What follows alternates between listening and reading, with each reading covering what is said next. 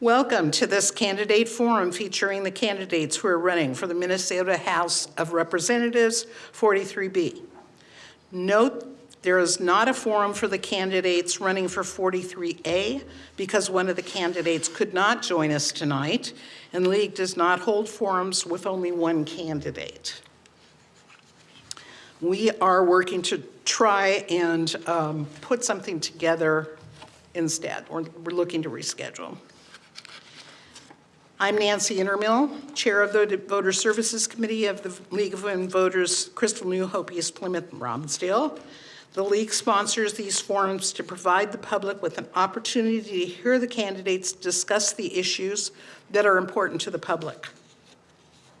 The League of Women Voters has a proud history and long history of citizen education for our communities and to help voters make informed decisions in local elections by providing unbiased candidate and issue information. The League is a nonpartisan organization and does not support or oppose a political candidate or a party for office. The views expressed here tonight are those of the candidates and not those of the League of Women Voters. It is the League's policy to record and post the entire candidate forum without editing so that the public will see the event in its entirety and not just selected scenes or sound bites. Excerpts or edited clips of candidate forums may not be used for partisan or political purposes. We want to thank the candidates for participating, CCX Media for their coverage of the forum, and the City of Crystal for their assistance and use of their City Council chambers. And now I would like to thank and introduce our moderator, Cindy Shevlin-Woodcock, certified moderator from the League of Women Voters of Brooklyn Park, OCO, Maple Grove. Good evening and welcome to the candidate forum for the Minnesota House of Representatives for 43B. The candidates are seated in alphabetical order and they will take turns being the first to answer questions. The format begins, I better put my glasses on. The format begins with opening statements. That will be followed by written questions from the in-person audience and those sent to the League in advance. Finally, there will be a 1-minute closing statement. Choice of questions was made by our question facilitator and by me in a good faith effort to reflect the interests expressed by this audience. Please remember that while respectful disagreement with the candidate's position is fine, personal attacks are not allowed. If your questions are not answered, please contact the candidate after the forum. The candidates for Minnesota House of Representatives 43B are Mike Freiberg and Steve Merriman. We have a timekeeper so that each candidate has the same amount of time to respond to questions. The timekeeper will hold up a card when you have 15 seconds. Yes. Okay, left, and a stop card when it's time to stop. We ask that you finish your sentence and that stop at that point, you both can see the timekeeper. Okay, just wanted to check on that. Let's begin with opening statements. You will each have 2 minutes for your opening statement, and we will begin with Mike Freiberg. First of all, thank you to the League of Women Voters for putting on this debate. Thank you to Steve Merriman for running an issues-based campaign. I really appreciate it. For those of you who don't know me, I grew up in Golden Valley. I have 2 kids attending schools in the Robbinsdale School District, and I work as a public health attorney, and I've been a state representative for 12 years. The recent legislative session was historic. After many years of divided government that prevented meaningful progress for our state, we passed universal free school meals, legalized cannabis, adopted gun violence prevention measures, codified reproductive freedom, and banned forever chemicals. And those are only beginning to scratch the surface of the historic legislation that we passed during the past session. Now, as your state representative, I played a key role in delivering this legislation. I authored 36 bills that had at least part of them become law.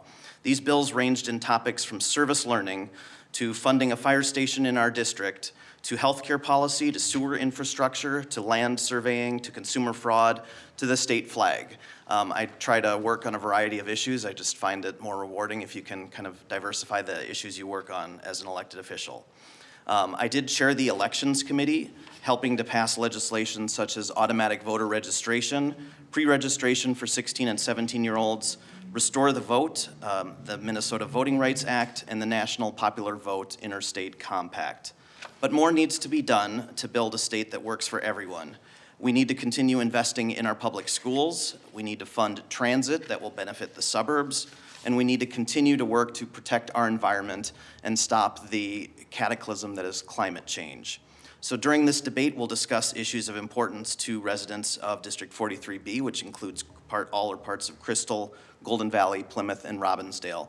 I look forward to a substantive discussion, and thank you once again for hosting this debate.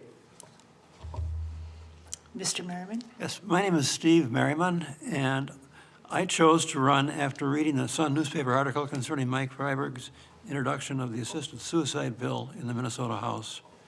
Some of the priority issues before the voter today are illegal immigration, inflation, high taxes, nuclear proliferation, and the drift of the Harris-Biden administration into armed conflicts. Over 1 million people have been killed or wounded in the Ukraine conflict, and we could be headed towards World War III. Regarding my background and qualifications, I graduated from the University of Minnesota with a Master of Science in Electrical Engineering degree and served in Vietnam as a naval officer aboard the USS England, DLG-22. I'm a registered professional engineer in Minnesota and have been married to my wife Margaret since 1968. We've lived in Golden Valley since about 1979. We have 3 children and 6 grandchildren. I'm a member of the Meeting House Church in Edina, the IEEE, the Crystal VFW, and I retired from Great River Energy as a telecommunication engineer 11 years ago. Thank you. Thank you very much. Now we'll move on to the questions from the audience and those submitted to the League's email. Candidates will have 1.5 minutes, 1.5 minutes to answer these questions. We will begin with Steve Merriman, and then it will be Mike Freiberg's turn. Okay, the first question, and I will repeat the question if you want me to. If elected, what would be your top 2 or 3 priorities for the next legislative session?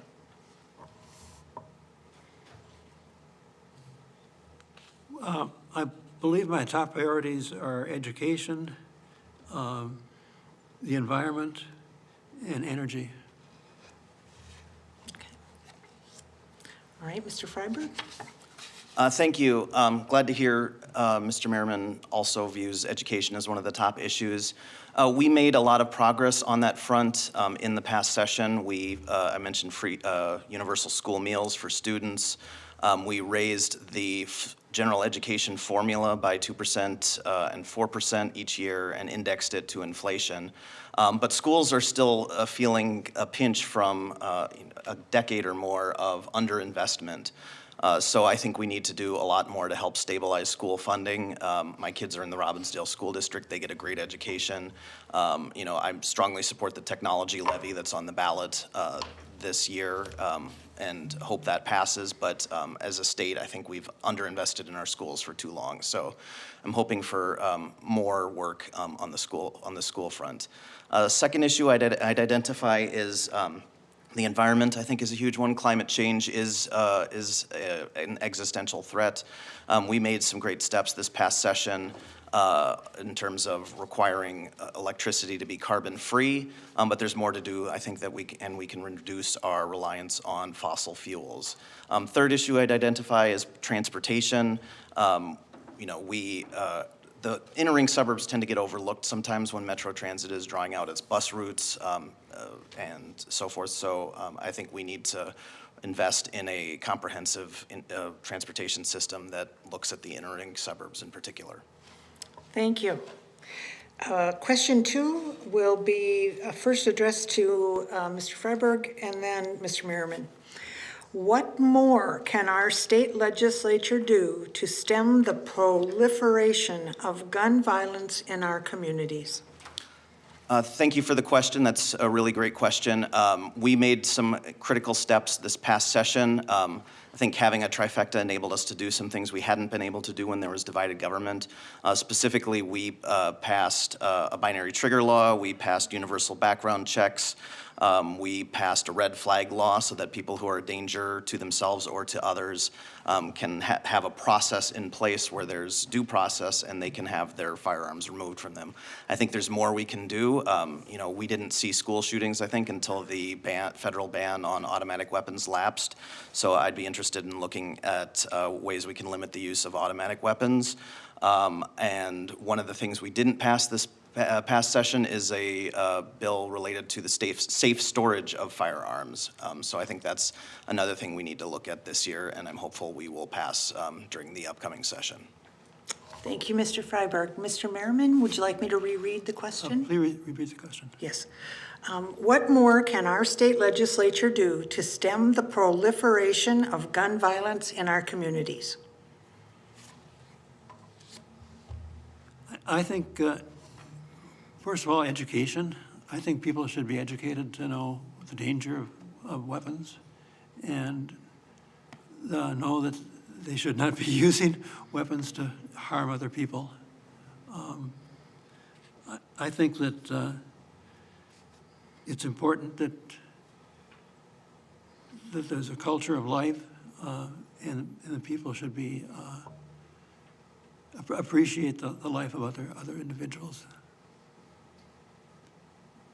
Thank you. Okay, question 3, it will be Steve Merriman and Mike Freiberg. Last legislative session, House File 4182, the Equal Access to Broadband Act, was introduced. The act would allow cities to franchise broadband providers in that municipality and collect fees to assure digital equity, build out broadband service standards, and to fund public interest programming, such as the broadcast of this forum. Would you support this legislation? Mr. Merriman. Regarding House File 4182, equal access to broadband, Yes. I would not support that act. That act adds an 8% franchise fee to broadband non-cable TV services. It possibly will place $650 million of federal broadband funding at risk. My career was spent in telecommunications, and my goal when I was in telecommunications was to possibly deploy fiber as broadly as possible. It's a wonderful medium, and it provides huge bandwidth to customers and public. I would like to see broadband fully deployed throughout Robbinsdale and Golden Valley. Right now, this bill will delay home deployment because it adds a cost to the broadband. Okay, thank you. Mr. Freiberg? Thank you for the question. I know this question, I've been hearing this question's getting asked at other legislative forums, so thank you to whoever's submitting it.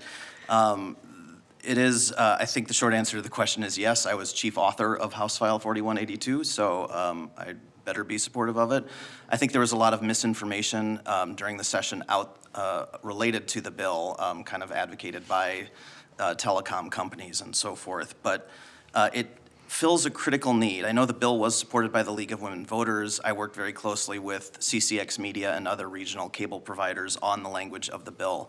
More and more people are cutting the cord for cable, which is fine, but local media, like the type you're presumably watching this debate through right now, depends on cable franchise fees to fund educational programming and to fund these sorts of debates being broadcast so that people can know what candidates for office think. So I don't know that the bill is going to look exactly the same way that it did this past session. There was a lot of opposition to it that ultimately led to it not being passed. But I do think this issue of both access to broadband and access to public and educational governmental programming is not one that's going to go away. I think they fill a critical need. We've seen newspapers close in the suburbs, shut down. Like, it's getting harder and harder to get access to local news such as this. So I think it's a really important bill, and I plan to continue to work on it. Okay, thank you.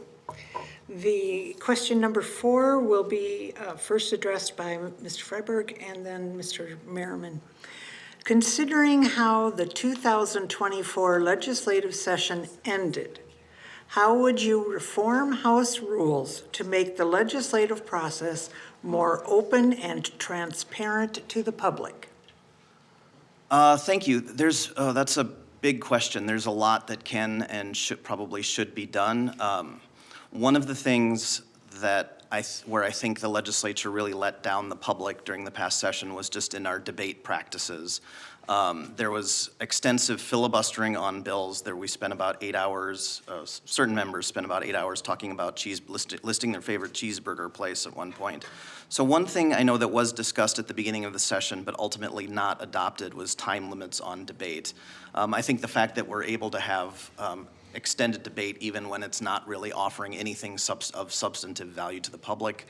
I think the fact that it's just able to keep going on with no value is letting down the public. And ultimately it led to a lengthy bill. Mr. Merriman and I were actually discussing this before the debate started.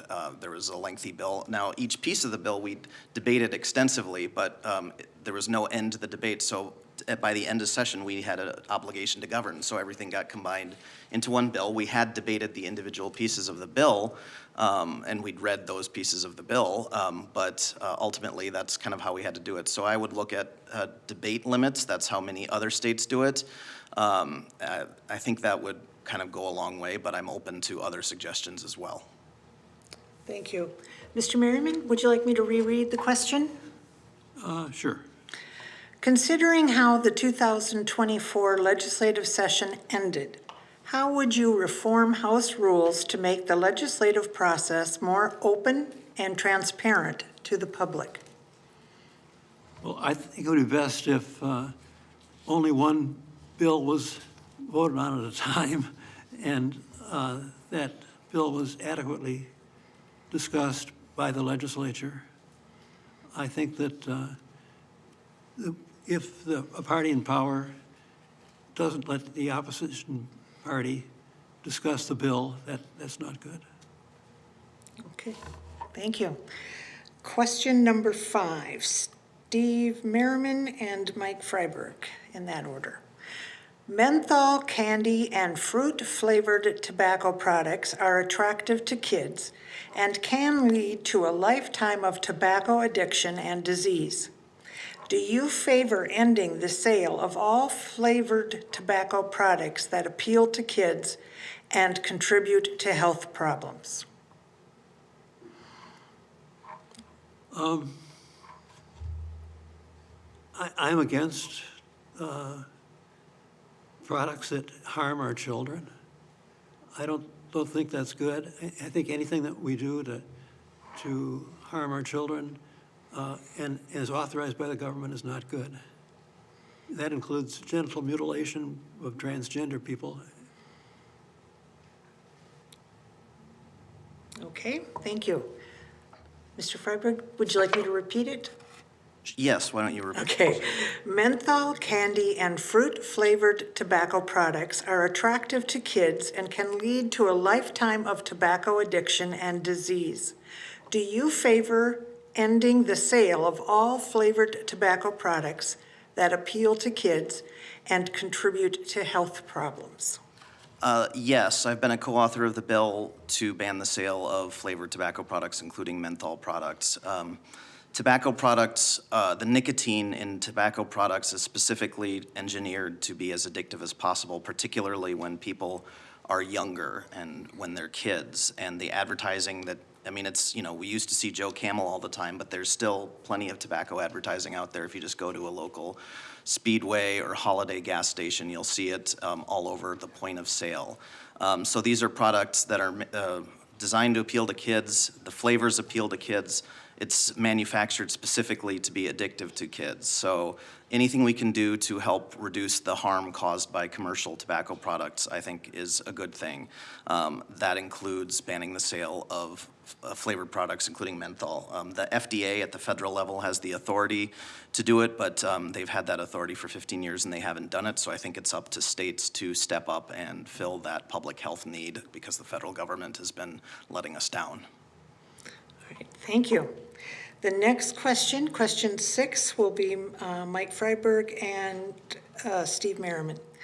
What have you done or plan to do to help K-12 students be better prepared for success in school, life, and the community? I mean, I've mentioned some of the things we did at the legislative level, like free school lunches, providing funding so that there are adequate number of teachers, and lowering class sizes. I've also authored legislation related to service learning that became law and funded grants around the state to help give kids, students, life experience. And just speaking from on a personal note, the past few years I've been the Quiz Bowl coach at Plymouth Middle School, and I've found that really rewarding. Quiz Bowl doesn't quite have the glamour of being, say, the football coach like our governor, but it's definitely a different type of kid that is probably more consistent with me, if I'm being honest with myself, rather than football. So we kind of started a program there, and this past year they went to the national tournament in Chicago. So I found that really rewarding personally, and hope to keep doing it. Thank you. Mr. Merriman, would you like me to reread the question? Well, I'm not in the legislature, but I do support my grandchildren. They are in school at night right now, and I go to their events. I go to my granddaughter's Gitsy performance at the Symphony Hall. I go to my grandchildren's track meets. It's important to help your grandchildren. Okay. Thank you. All right, question number 7. Mr. Merriman and then Mr. Freiberg. And this one's a long one, okay.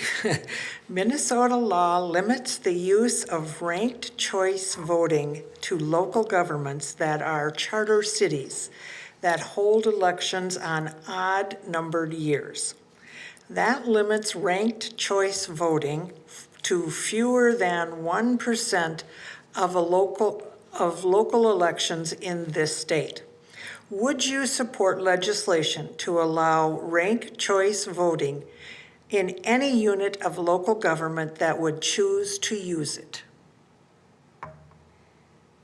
Mr. Merriman, you're first. First, I'm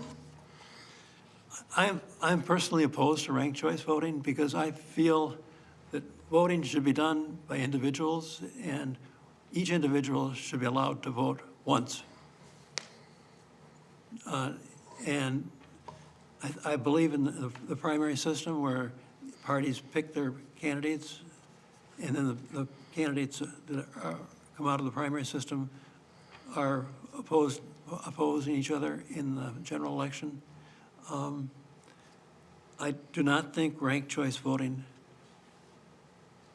is a fair system. I think it leads to people that are not as qualified as they could be with the normal voting system. Thank you. Would you like me to reread the question? No. Okay. That's okay, it was kind of long. Yeah, just a bit. Yes, I support expanding ranked choice voting. The author of the bill to do so, Representative Frazier, is here in the room with us. He put in a lot of work on that. I think ranked choice voting has many benefits. I don't know that it's for every community necessarily, but I think cities and counties and school districts should have the option of doing it if they want to. I think that's what local control is and what local control means. I think it has the potential to make campaigns more positive if you have to, work on voters to be their second choice. You don't want to alienate the person who might be their first choice. I think it has the potential to reduce the spoiler effect in some elections. And so I think it has a lot of promise. As chair of the elections committee, we passed the bill out of the committee this year. We had a vote on the floor for it. That fell a little bit short. I do think it's going to continue to be an issue moving forward. We have, I think, we're 5 cities right now in Minnesota that use it, and it doesn't really make a whole lot of sense that it's whether or not they can use it depends on whether or not they're a charter city and whether or not they have an odd year or even year election. So I live in a city, Golden Valley, that does not have the ability to do that. I've heard from city officials there that, you know, they don't know that whether or not they would pass it, but they'd at least like to have that option. So I certainly support giving that option to cities and counties around Minnesota. Thank you. Question number 8, Mr. Freiberg and then Mr. Merriman. What is your position on disclosing of campaign contributions by corporations? What changes in campaign finance laws would you support? Minnesota does not allow for, at least state level candidates are not able to accept contributions from corporations. So certainly I think if you live in a state that does allow that, it should be disclosed. We do have disclosure rules in Minnesota. I'm generally in favor of more disclosure and more transparency. I think it's important that people know who is supporting financially candidates. So I think it's like any contribution over $200 has to be reported by the Campaign Finance Board. I certainly support that.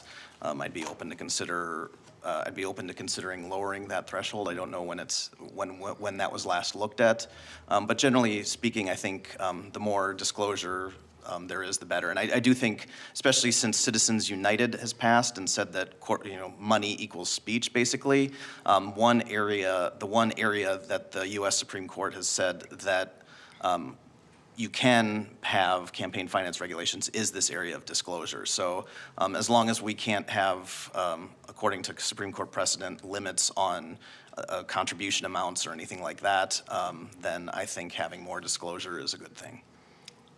Thank you. Mr. Merriman, would you like me to repeat the question? Sure. Okay. What is your position on disclosing of campaign contributions by corporations? What changes in campaign finance laws would you support? I do not think the corporations should provide funds to campaigns. It's not legal today, and it shouldn't be legal in the future. I think that we need to have, however, a ban on private company funding of elections. We should not have private companies fund our election system. Okay, thank you. Question number 9 will be Mr. Merriman and then Mr. Freiberg. If elected or re-elected, would you view this position as a long-term opportunity or as a stepping stone to a higher office? I think you were first. My first? Oh. Yes. I just reached 80, so this is my last time in asking to be elected. There are no more elections for me. Okay, thank you. First of all, happy belated birthday. I don't know exactly when your birthday was, but 80 is a significant year, so congratulations. I just kind of take things a year at a time. I enjoy this work. I still find it rewarding. I feel like I do a fairly good job at it. So I'm running for another 2 years, and 2 years from now, I'll think about whether I want to do it for 2 years, again. And I don't generally support term limits. I think that tends to empower staff and lobbyists. At the same time, I don't see myself doing this necessarily forever. And I don't view higher office as a goal in and of itself either. So maybe if the circumstances were right, I might run for something else. But at this point, I think most of the people that hold other offices that I might consider are doing a good job, so I don't see any particular need to. I've been a state representative for 12 years and enjoy it, and don't really see, never rule anything out, but at this point I don't see myself doing anything else necessarily. Okay, thank you. Question number 10 Let's see, Freiberg. 8, 9, I forgot to check you off. Freiberg first, Merriman second. Pain is a major healthcare expense, and non-drug pain management options should be considered. Currently, acupuncture is covered by some insurance, but not all. Would you support a bill that mandates coverage for acupuncture as a treatment for pain? Yes, I've worked with a resident of Crystal, a former constituent who's I still keep in touch with on this bill. I've chief authored the bill to do that. I think acupuncture is something that has the potential to mitigate pain management, and it's not an opioid medication that's potentially addictive. I think any time we can encourage people to use treatments that are non-addictive and not harmful, I think is a good thing, and we should do that. I've supported other legislation to provide loan forgiveness to people who practice acupuncture in underserved areas. So short answer is yes. Thank you. Would you like me to repeat the Oh, question? no. I have no objection to people using acupuncture or having the health plans support acupuncture.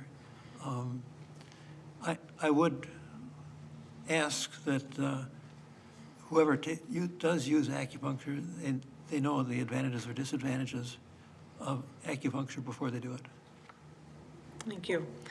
All right, question number 11, Merriman and then Freiberg. How would you balance energy policy and environmental concerns? Merriman first? My career is in telecommunications. The second company I worked for basically was Great River Energy. Great River Energy had a coal plant in North Dakota, and we transmitted electricity to Minnesota with a high voltage line. The power companies are moving away from coal and hydrocarbon and towards wind and solar, but wind and solar isn't going to do it. We need a base load capacity that's nuclear. So if we were to build nuclear plants, that would be great. I think small nuclear is safer than nuclear was in the past, and I would like to see more nuclear and less wind. Okay.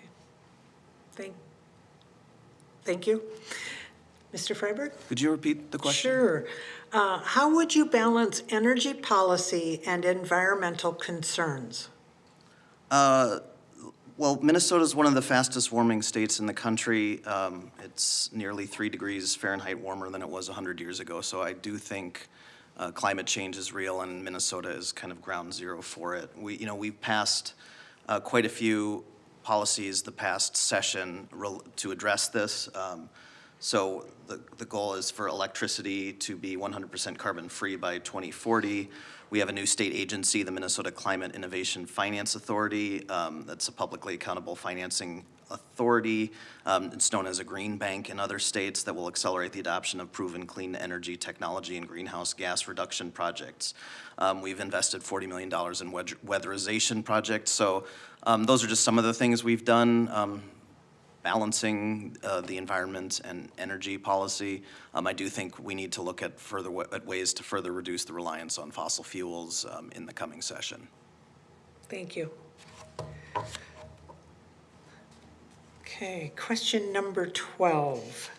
Mr. Freiberg and then Mr. Merriman. For fiscal year 2024, actual revenue exceeded forecast by 4 to 1, I'm not sure, by 400 million. That is between 1 and 2% more money than we expected. What does this outcome signal for development of future budgets and taxation policy? Well, I think it signals that our budget situation is strong, that we've made reasonable investments, and that don't put the state in a bad fiscal situation. I mean, Minnesota is constitutionally required to balance the budget every 2 years. We've done that. We have a fairly progressive tax structure in Minnesota, so you know the less money you make, the less your tax burden is. And we've passed, actually, you know, in spite of what some of the rhetoric that's out there, we've actually passed a great deal of tax cuts that benefit lower and middle income people. I can list those off if people are interested, but I do think just generally the fact that there is likely going to be a budget surplus signifies that the economy in Minnesota is strong and the state is in a strong fiscal position. Okay, thank you. Mr. Merriman? In 2023, there was an $18 billion surplus, and we spent it. We added $10 billion in taxes in 2023, and we spent it. We need to control our spending. We need to give some of that money back to the voters and the electorate. For some reason, the legislature can't stop spending, and if the revenues are greater, then yes, let's give the money back. Okay, thank you. This will be the last question, and it's both sides, so it's a long one. The fastest growing age group in Minnesota is the eldest age group, people over the age of 80. This is also the adult age group most likely to need supportive services. In order to meet the growing demand for these services efficiently and humanely, we will need more living options for elder persons with disabilities. House File 4220 extended the definition of an assisted living facility to additional housing options if they provide services to residents who need them, and set up a framework for making sure that consumers were clear about their expectations for services. If elected, how would you propose to address the needs of older Minnesotans who have a disability? And this is Mr. Freiberg and then Mr. Merriman. Thank you. So in 2023, the legislature passed a bill that included $173 million for one-time nursing facility grants, $75 million for workforce incentive fund, and $36.5 million for a nursing facility temporary add-on. So we've, started to make some we've made some additional investments in nursing homes. And the workforce for these facilities is also critically important. That people can, sometimes people can make more money working in fast food than they can working, serving vulnerable people, whether they're elderly or whether they're disabled or whether they're both.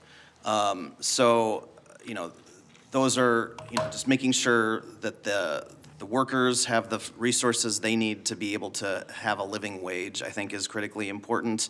And making sure there's plenty of housing options as well. There's a lot of barriers put into place at the city level. There was some interesting legislation put forward the past year related to zoning codes and just allowing, making cities, allowing them to have multi-unit housing in different places. That didn't end up passing, but I know that's going to be a continued discussion that we're going to have, because we need to make sure there's plenty of housing options for seniors, for people with disabilities, and for everyone, frankly, for young couples starting out too. So I'll just leave it at that, I guess. Okay. Mr. Merriman, do you want me to repeat it? Well, it's a concern of mine, because I'm over 80. And if one looks at what the cost of nursing homes is per person, once you go into a nursing home, you will likely lose your entire life savings in a few years once you go into a nursing home. That's not good.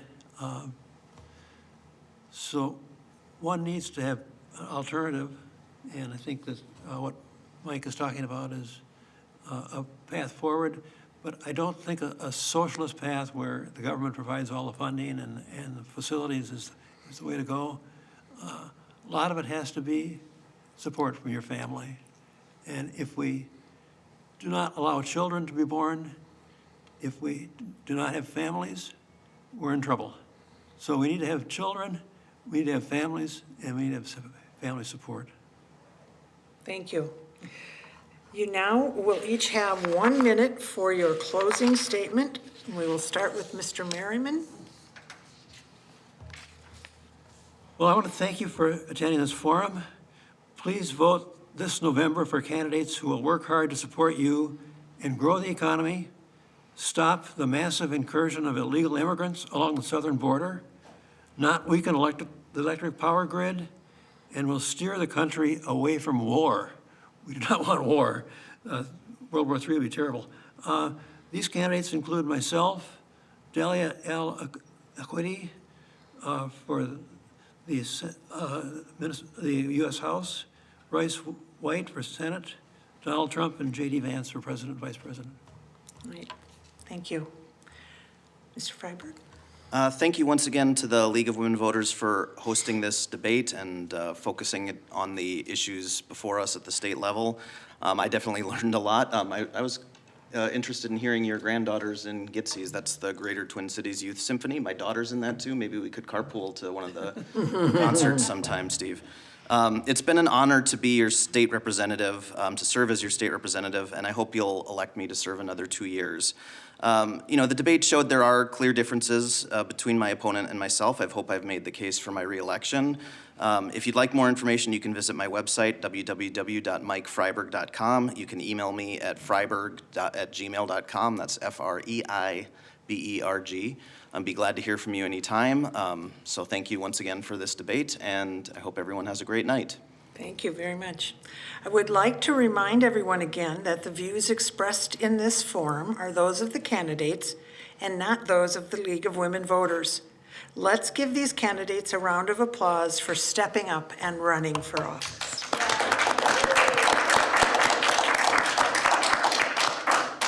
Now I will turn the event back over to Nancy for the wrap-up. League of Women Voters, Crystal, New Hope, East Plymouth, Robbinsdale would like to thank you all for coming tonight and our online audience for viewing. We would especially like to thank our moderator, Cindy Shevlin-Woodcock, and the candidates for being part of the democratic process by running for office and being willing to serve our communities. We always hope there's enough time for all questions, but if you feel that your question was not addressed, please contact the candidate directly after the forum. We want to encourage voters and the candidates to utilize vote411.org, a national League of Women Voters website that is the only nonpartisan one-stop site for all voter information. You can find more information about candidates and about voting at vote411.org or MnVotes, mnvotes.gov, the Minnesota Secretary of State website. Links to all the candidate forums and additional voter information can be found on the League of Women Voters Crystal, New Hope, East Plymouth, Robbinsdale website, which is lwvcnhepr.org. The League researches issues important to our members and our communities. If you're interested in finding out more about the League, what we do, and how you can make a difference through the League, please pick up a membership brochure or visit us at lwvcnhepr.org or talk to one of us. We'd be happy to talk to you about membership. Membership is open to anyone age 16 and older. Early voting starts tomorrow, September 20th at the area city halls during regular business hours and runs through Saturday, November 2nd. Again, thank you for coming, and remember to vote on or before November 5th. Your vote is your voice. Thank you.